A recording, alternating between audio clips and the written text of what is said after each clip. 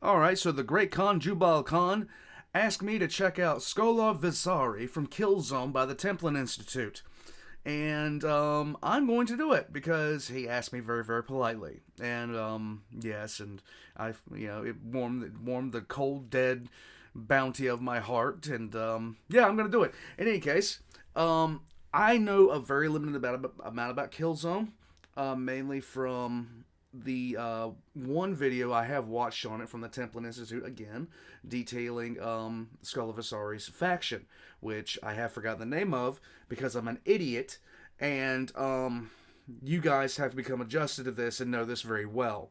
In any case, let's get into it. Let's learn some more about Skull of Visari, and I'm pretty sure as soon as some things start getting mentioned, things will come back to me. I know there was a war. I know there was a second war. Let's learn about the guy that ran the second war. I always liked their intro. I really have.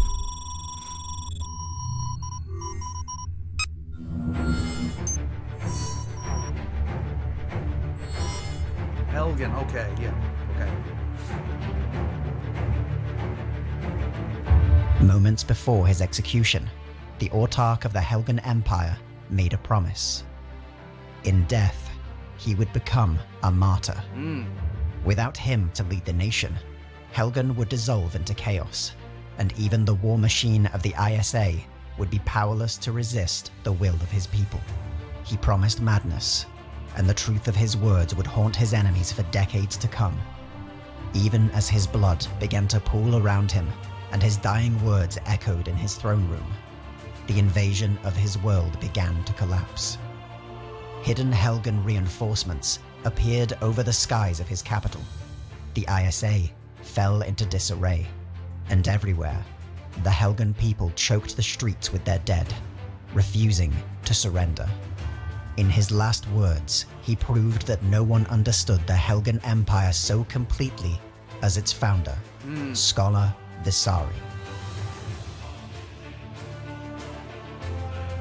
In contrast to his omnipresent visage within the modern Helgen nation, the details of Scolar Visari's early life remained mostly shrouded. This kid has just done something and he don't really care. He's just waiting to see if you're going to be done yelling at him about it or not, so he can go play some more Vidya. He was born in 2307 into a place of modern nobility, heir to the Visari Corporation, which was one of the largest Helgen corporate entities following the first extrasolar war. That same war left the Helgen corporate colonists banished to the world that shared their name, and years of hardship awaited them. Visari was unique amongst his people, better suited to the environment of his new planet and able to breathe without the use of a powered respirator. As he witnessed firsthand the struggle to survive the environment of Helgen, he came to believe that his people had evolved beyond mere humans.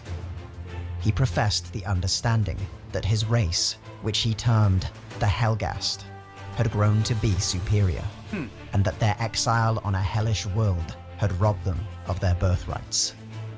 The filtration masks, pale skin, and all the markings of the Helghast race were not symbols of shame, but badges of honor. By appealing to broad populist sentiments and outrage, while extolling the values of militarism, xenophobia, and nationalism, Visari earned broad support. He quickly ventured into the world of politics, where his natural oratory skills and charisma brought him further attention.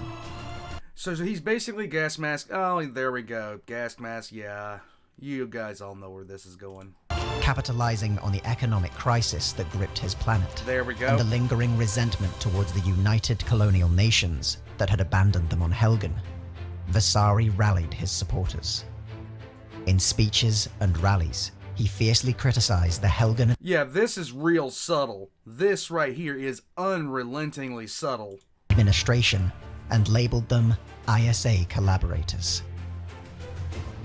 In 2347, an attempt was made on Scolar Visari's life. While evidence exists the assassination attempt had been staged by Visari himself, probably, the act galvanized the will of the population of Helgen against its traditional elites. The administration was forced to accept his demands, including granting him the title of autarch, with unfettered control over the entire government. Amongst his first acts was the declaration of a new Helgen Empire. On his order, the entire society of his planet was transformed, and the concept of the Helghast ingrained as an absolute. English and other Earth dialects were prohibited, replaced with a new manufactured alphabet, Lovely. the first step in the creation of an entirely new language. Pervasive propaganda extolled both the glory of the Helghast race and Visari himself, creating a cult of personality unseen in generations. Visari's ultimate goal was the reconquest of neighboring Vector, the world his people had been displaced from years earlier. From there, he could construct an armada equal to Earth's itself, before blockading the planet and subjecting its populace to the same starvation and death that had ruled over Helgen for decades. This is always a Having honed goal. Helghast nationalism, and their forces finally equal to his ambitions, Visari launched an invasion of Vector, igniting the Second Extrasolar War. While initially triumphant, the death of Joseph Lent, general of the Helgen Third Army and personal confidant of Visari, proved to be a deciding factor in the attack. The invasion of Vector was repulsed, and Helgen prepared for a retaliatory invasion of their own world. When the ISA counterattack arrived, many of its forces were directed towards the capital city of Pyrrhus, in the hope of capturing Visari alive. Yeah, all of this is like really excessively subtle. Excessively subtle. Concentrated into a single point, Visari ordered the detonation of a nuclear device smuggled off Vector, crippling the ISA and destroying his own city in a single strike. Damn, son. Despite this extreme measure, a lone squad of ISA special forces managed to confront Scolar Visari in his throne room. What occurred next is the subject of some debate, but left Visari, the autarch of Helgen, executed in cold blood.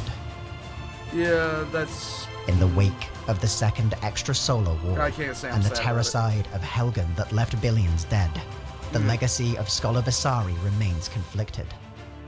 To most within the UCN and ISA, he was an unabashed tyrant, a merciless dictator who exploited his people to achieve personal gain. Across the survivors of the new Helgen Republic, however, Scolar Visari remains venerated by the Helghast, with statues and monuments erected in his honor, celebrated by both his people and daughter as an eternally loving father, whose name shall never be erased.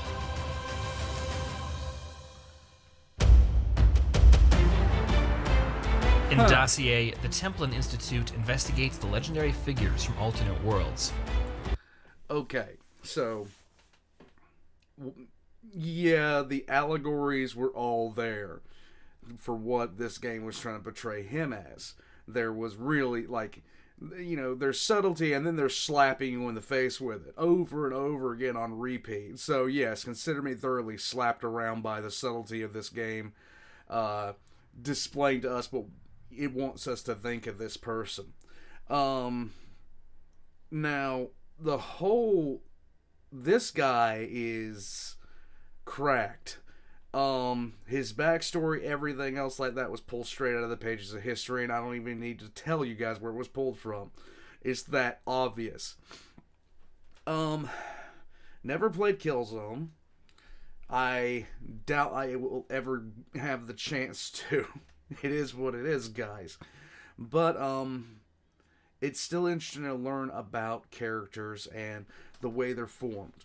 So, this gives a little bit, like, not much more than I already had known about Killzone, but the Helghast, the Helena, there's so much that I'd have to get in and deep dive into to actually understand about this, but it's still nice to learn about, like, these characters and where they come from and what they've, you know, their backstories.